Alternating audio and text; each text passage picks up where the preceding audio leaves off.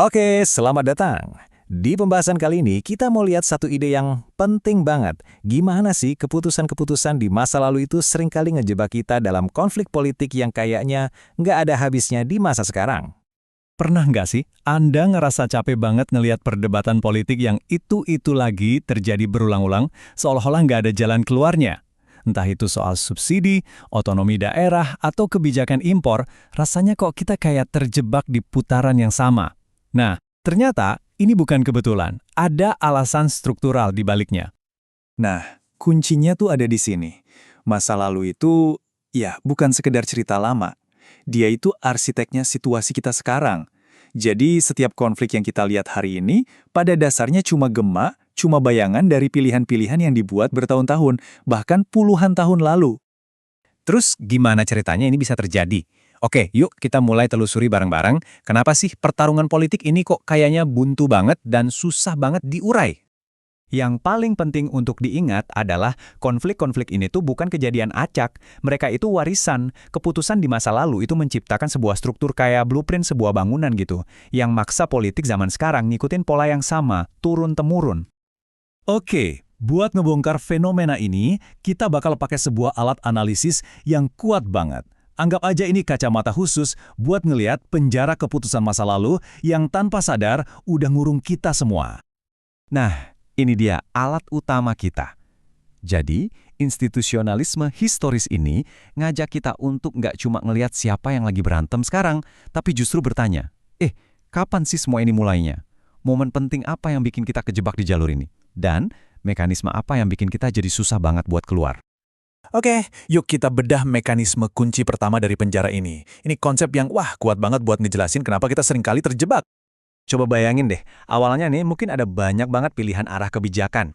Tapi begitu satu arah dipilih, jalur itu seolah-olah tercipta dengan sendirinya.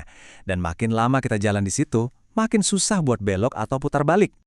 Nah, analogi rel kereta api ini pas banget buat ngejelasinnya. Awalnya, stasiun bisa aja kan bangun rel kemana-mana. Tapi, begitu rel ke satu kota dibangun, semua investasi, stasiun-stasiun kecil, tiang sinyal, bahkan kota-kota baru, semuanya tumbuh di sepanjang jalur itu. Mau ganti arah? Wah, itu artinya harus bongkar semuanya.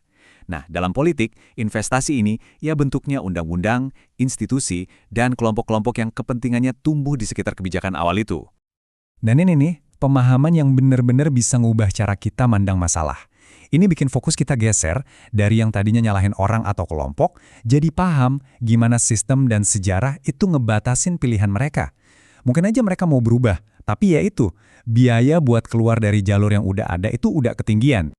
Oke, jadi kalau ketergantungan jalur itu ibarat rel yang bikin kita nggak bisa kemana-mana, nah ada juga nih kekuatan yang secara aktif ngebenerin rel itu tiap kali ada yang coba-coba mau ngubah arah. Yuk kita lihat petunjuk berikutnya. Maksudnya gini, kebijakan itu nggak diam aja. Begitu sebuah kebijakan dibuat, dia itu seolah-olah jadi hidup. Dia menciptakan kelompok-kelompok yang dapat untung dari situ, dan ya, kelompok-kelompok inilah yang nantinya jadi penjaga paling setia kebijakan itu. Kita ambil contoh gampang ya, subsidi BBM. Awalnya mungkin tujuannya bagus, tapi lama-lama dia malah nyiptain ekosistemnya sendiri. Ada masyarakat yang jadi bergantung sama subsidi itu. Ada pengusaha transportasi yang model bisnisnya dibangun di atasnya. Bahkan ada politisi yang dapat dukungan dari situ. Jadi, pas pemerintah coba-coba mengubah kebijakannya, ya seluruh ekosistem ini bakal ngelawan habis-habisan. Nah, inilah yang disebut efek terkunci atau lock-in. Entah itu soal kewenangan Pemda atau program bansos, kebijakan-kebijakan ini pada akhirnya bangun benteng pertahanannya sendiri. Jadi setiap usaha buat reformasi rasanya kayak nabrak tembok tebel banget. Tapi pertanyaannya, apa kita selamanya bakal kejebak? Ya, enggak juga. Sekarang, pembahasan kita berbelok ke arah yang lebih optimis nih. Kita coba lihat gimana caranya kita bisa lolos dari jebakan sejarah ini. Momen-momen ini krusial banget. Ini tuh saat-saat di mana rel kereta yang lama lagi goyang. Mungkin karena krisis ekonomi, ganti rezim, atau ada guncangan sosial yang besar. Nah, di momen yang singkat inilah, kesempatannya kebuka buat ngebongkar rel lama dan masang rel yang baru. Sejarah itu penuh dengan contoh. Contoh paling dekat di Indonesia. Krisis moneter 98 itu adalah titik kritis yang ngebongkar tatanan lama dan ngebuka jalan buat reformasi politik dan otonomi daerah yang kita kenal sekarang. Tapi, momen kayak gini juga beresiko tinggi. Kalau sebuah negara gagal manfaatin momen ini, wah, bisa-bisa malah makin ngunci masalah yang udah ada buat waktu yang lebih lama lagi.